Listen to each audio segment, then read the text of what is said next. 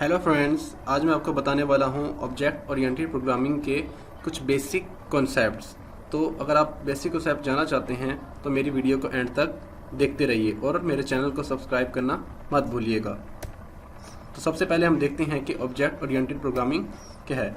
Object oriented programming basically एक ऐसी technique है जिसमें हम प्रोग्राम्स लिखते हैं ऑब्जेक्ट की बेस पे। अब बात आती है कि ऑब्जेक्ट क्या है। तो ऑब्जेक्ट बेसिकली दो चीज़ों पर मुश्तमिल होता है, एक डाटा और फंक्शंस। डाटा उसकी होती हैं फीचर्स और फंक्शंस जो वो काम करता है वो उसकी फंक्शनैलिटी है।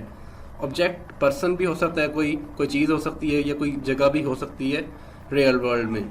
ठीक है, तो कुछ ऑब्जेक्ट ओरिएंटेड प्रोग्रामिंग लैंग्वेजेस हैं जिसको हम शो कर लेते हैं। C++ है, Java, smalltalk, PHP and C#। तो ये कुछ ऑब्जेक्ट ओरिएंटेड प्रोग्रामिंग लैंग्वेजेस हैं।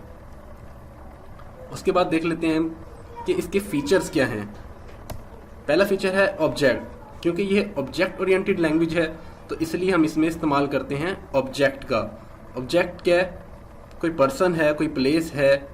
अब उसमें दो चीज़ों के बारे में हम बात कर लेते हैं, एक डाटा और दूसरा फंक्शंस।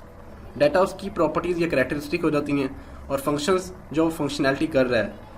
सेकंड, क्लासेस की जो बनाई जाती हैं क्लासेस, उसके अंदर हम ऑब्जेक्ट बनाते हैं और ऑब्जेक्ट जो होता है वही टास्क परफॉर्म करता है क्लासेस के अंदर। यानी सारी प्रॉपर्टीज़, सारी फंक्शंस जो किसी ऑब्जेक्ट के होते हैं वो क्लासेस के अंदर होते हैं। तीसरा है रीयूजेबिलिटी, मतलब आपने एक कोड लिखा, आप उस कोड को दोबारा इस्तेमाल कर सकते हैं रीयूजेबिलिटी में। तो इस टेक्निक का नाम होता है इनहेरिटेंस, जो हमें इजाज़त देती है कि हम एक कोड को दोबारा इस्तेमाल कर सकें। चौथा है इंफॉर्मेशन को हाइड कर देना, छुपा देना। तो ऑब्जेक्ट ओरिएंटेड लैंग्वेज जो है वो हमें इजाज़त देती है कि हम इंपॉर्टेंट डाटा जो होता है उसको हाइड कर लेते हैं यूज़र से। इस टेक्निक का नाम होता है इनकैप्सुलेशन। पांचवी प्रॉपर्टी है इसकी पॉलीमॉर्फिज्म। यानी पॉली का मतलब होता है बहुत सारी, यानी मैनी। मॉर्फ का मतलब होता है शेप, यानी शक्ल, यानी बहुत सारी शक्ल। एक फंक्शंस का इस्तेमाल करके दूसरे बहुत सारे फंक्शंस हम बना सकते हैं एक ही नाम के, जिसे कहते हैं पॉलीमॉर्फिज्म। उसके बाद देखते हैं हम कि ऑब्जेक्ट क्या है। ऑब्जेक्ट कोई एंटिटी हो सकती है, जैसे मैंने अभी आपको बताया, कोई पर्सन, कोई चीज़ हो सकती है।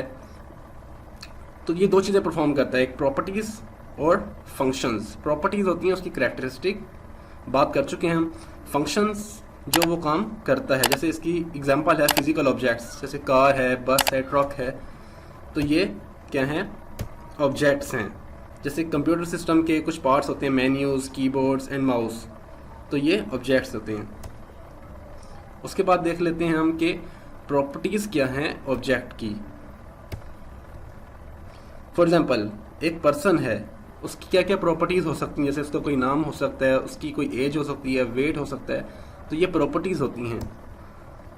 ठीक है, अब अगर हम बात करें प्रॉपर्टीज़ ऑब्जेक्ट कार, कोई कार है, उसकी क्या प्रॉपर्टीज़ होंगी? उसका प्राइस हो सकती है, उसका कलर क्या है, रेड है, उसका कोई मॉडल हो सकता है। तो ये दो चीज़ों के बारे में बात करते हैं ऑब्जेक्ट में, यानी प्रॉपर्टीज़ और उसकी फंक्शनैलिटी। तो अब देखते हैं कि फंक्शन क्या है। जैसे एक ऑब्जेक्ट है, वो क्या काम कर रहा है, ये उसकी फंक्शनैलिटी है। जैसे कोई कार है, वो कौन कौन से फंक्शंस करती है। जैसे हम किसी कार को स्टार्ट कर सकते हैं, उसको फिर हम स्टॉप भी कर सकते हैं, एक्सेलरेट कर सकते हैं और रिवर्स ले सकते हैं, जो कि ये इसके फंक्शंस हैं, इसके काम हैं।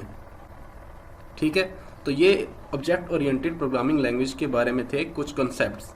तो अगली वीडियो में हम बात करेंगे क्लास क्या चीज़ होती है और उसमें हम प्रोग्राम कैसे बनाते हैं। Thank you so much.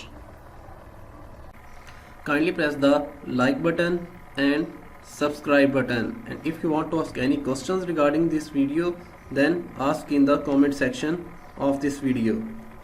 Thank you so much.